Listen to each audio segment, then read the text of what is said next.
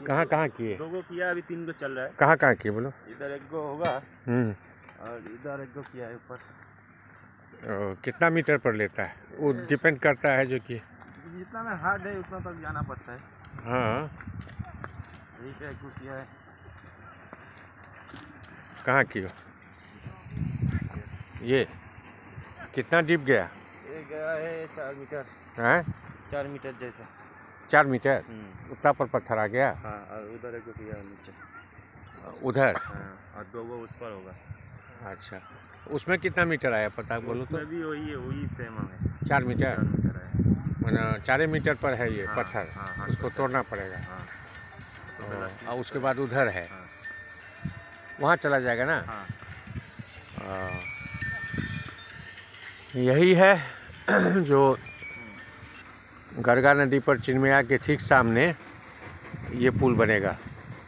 और ये एक तो है बोकारो होटल के पीछे हुए थे चिराचास, और ये हम लोग ये जो इसके और इधर परसाबेरा है, परसाबेरा इसी के आगे गांव है परसाबेरा, जो डीपीएस के बगल में होते हुए है। वो 2 साल पहले कंप्लीट हो गया और वो परसाबेरा का है पुल इसी पर डीपीएस के बगल में।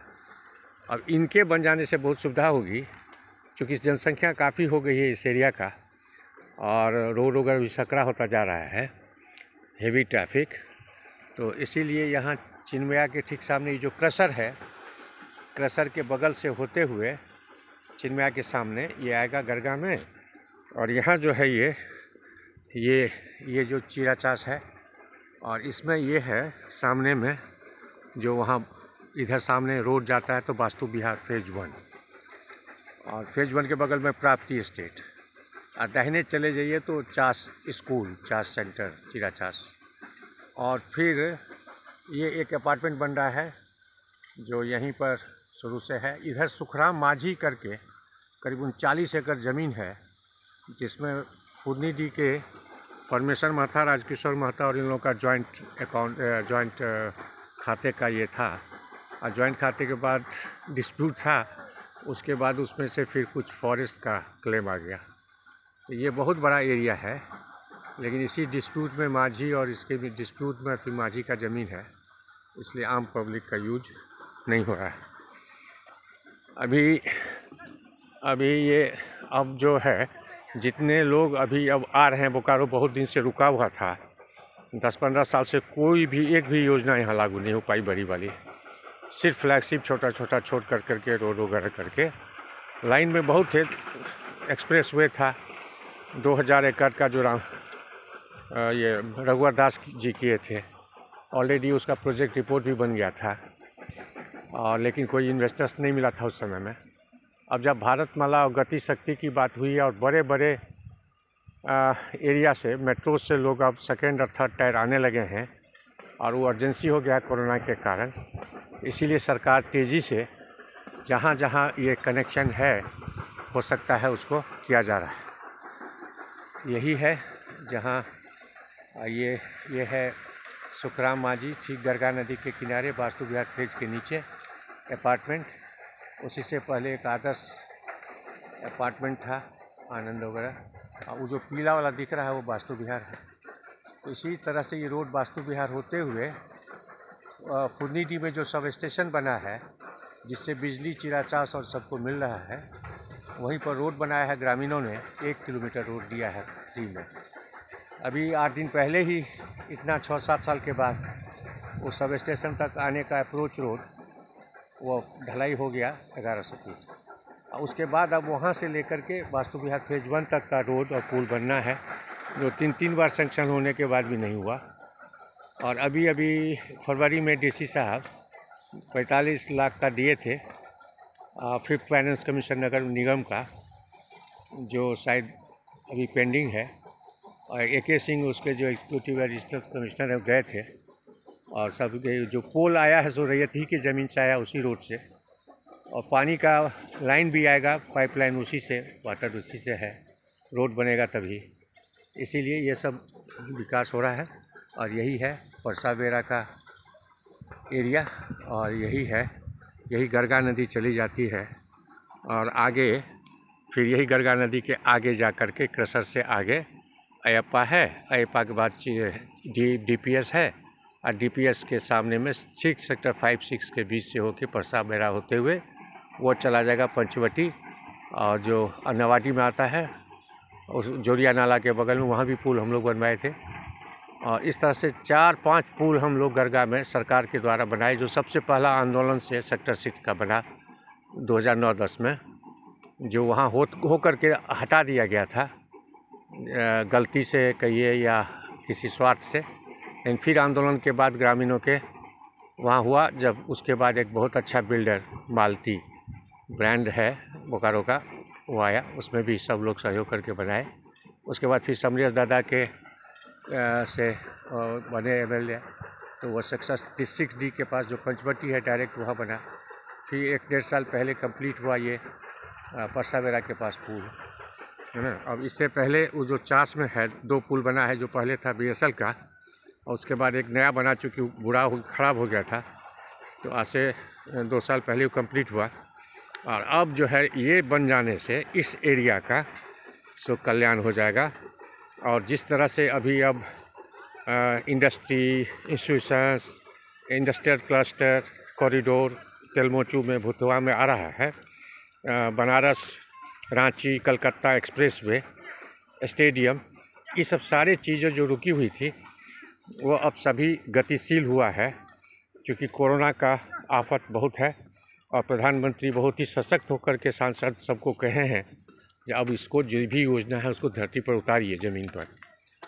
बहुत सी योजनाएं हैं, तो इसीलिए अब बहुत से लोग बाहर के आ गए हैं गांव, इधर बाहर के शहर से, बम्बई वगैरह से, मेट्रो से।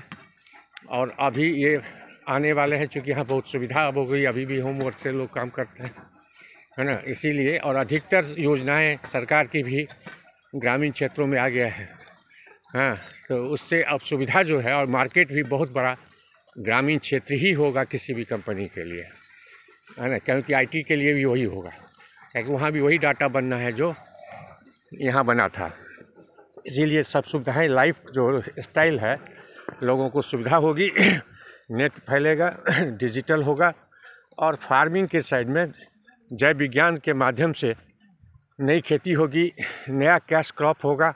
ये सब सारे 3 दिन के बेंगलोर के जो 17 से 19 हुआ था, मैं था 6-7 दिन वहाँ, और सभी को एक सुना उनका क्या नियम हुआ, जिसमें प्राइम मिनिस्टर थे ऑस्ट्रेलिया, अपने इजराइल वगैरह, कनाडा, और सबका 10 साल का एजेंडा क्लियर हो गया।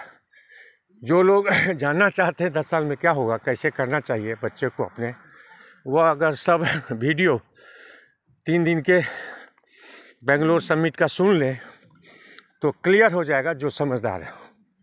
इसीलिए उसी गति से उम्मीद है, जब बोकारो के MP, MLA, प्रशासन सभी बात को भुला करके जय जवान जय किसान के ही खरोश से, जोश खरोश से, जय किसान के भरोसे जय विज्ञान को लेकर के सो लोगों को प्रोत्साहित करे, जानकारी दे, प्रशासन से कोऑर्डिनेट कराए, और सारे रिफॉर्म्स को ट्रांसफॉर्मेशन ग्राउंड पर करावे। जिसके लिए हम लोग नवाडी में, पंचायत में और काला पत्थर में 1 साल पहले 5 रूम लेकर के 4 लेन पर शुरू किए हैं।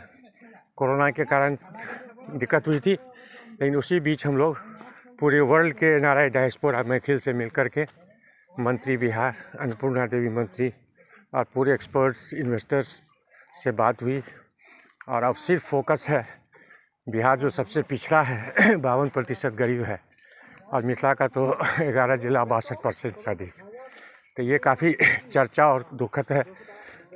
अब इसकी चर्चा और हंगामा हलचल हो रहा है, और सरकार भी गतिशील है।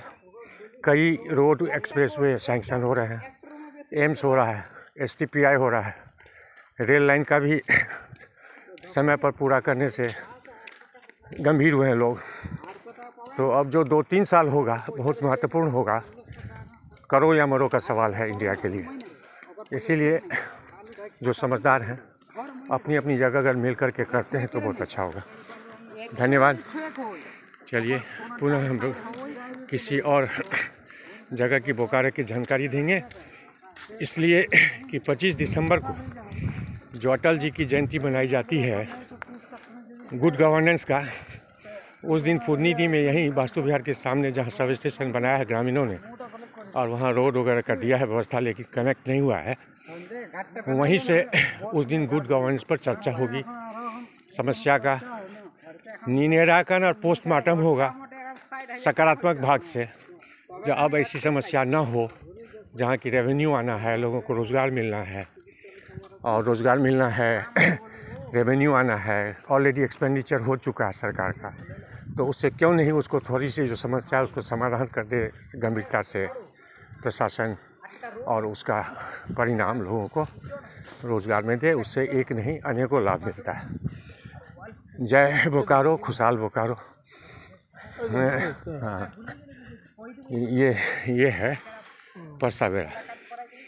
यहाँ परसावेरा गांव है, आगे 1-1.5 किलोमीटर होगा इसी के बाद, जिससे बड़ा पुल जीपीएस के पास पहुँच जाएंगे आप बाएं, और दाहिने चले जाएंगे तो पंचवटी है सोसाइटी जो 1 सर्कल का है, और वहाँ से नवाडी, मूर्ति टाट, गोमदीडी और फुदनीडी गांव भी चले जाएंगे, और भूतनाथ मंदिर 4 लेन में चले जाएंगे। तो यहाँ की ये स्थिति है जो उपेक्षित था पिछले 6-7 साल से। अब अगर प्रशासन इसको करे तो बहुत जल्दी यहाँ के लोगों को रोज़गार हो सकता है, और सरकार को भी रेवेन्यू मिलेगा, और सरकार के प्रगति में सब लोग बातक सहयोग करेंगे तभी होगा। जय बोकारो, खुशहाल बोकारो। मिथिला मॉडल गांव, first town council centre of old forms Bokaro. आइए सब मिल करके बोकारो बनाइए, पुनः इसका गौरव प्राप्त कराइए। धन्यवाद।